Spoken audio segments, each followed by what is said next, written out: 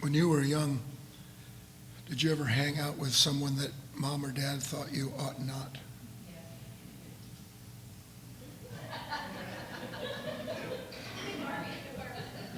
What did she say? She said yes. Strong yes, yeah. And why was that a strong recommendation from mom or dad? Because they knew that there is a certain relationship, a kind of constant mingling of things with people that are potentially problematic to you. And she wanted to save you, he wanted to save you some pain. So I want to just build on that one thought a little bit.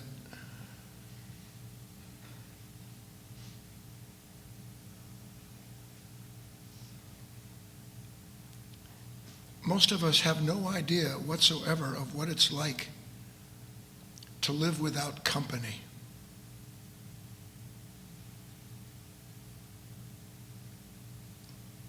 To be where you are and to have no conversation at all going on in your head. No dialogue, no thoughts, nothing anticipated, nothing regretted, just where you are with what you are. No company.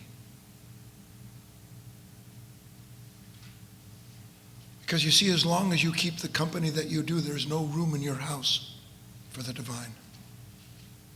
That's just a fact. There's no room at the inn of your mind because it's filled with customers, people buying and selling, shopping. And the purpose of a place like this foundation is to create a condition under which a certain part of your consciousness would be willing to stay suspended long enough to see that the real pleasure in life isn't from the company that you provide for yourself. It's for the company of what visits you when at last you stop talking to yourself. When at last you drop that endless conversation covering what happened, what might happen. And it should be simple to see in one respect. I don't know that I have to paint it too deeply. But when is the greatest pleasure in one's life that makes the most changes in one's life? Is it the moment when you're toasted at your birthday party because you're validated? Is it those instances where suddenly you have an influx of money or somebody pays you homage for something? Or are the moments that change you always moments that appear out of nowhere and that in your solitude, in the interior silence of your mind, there is this very pure reflection? And the strange thing about the purity of a reflection in the moment is that the purity transcends whether that reflection is seen as something good or bad. Because the purpose of the moment isn't so that you keep company with your past, because that's all that is.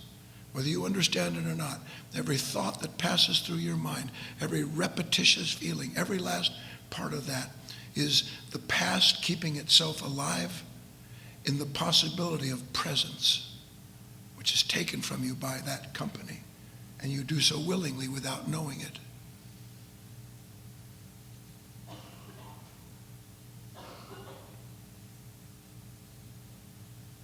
Further proof is you won't find most human beings who aren't terrified of being alone.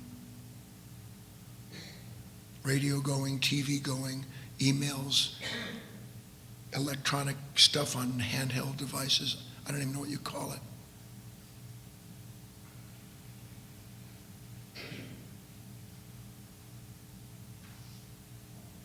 There's great solace in solitude.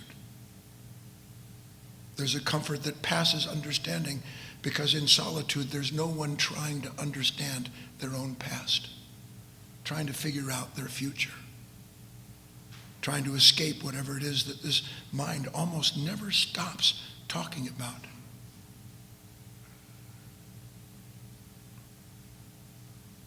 Try to understand what it means to keep the company of the divine. If you invite it, it will come. But you have to provide the space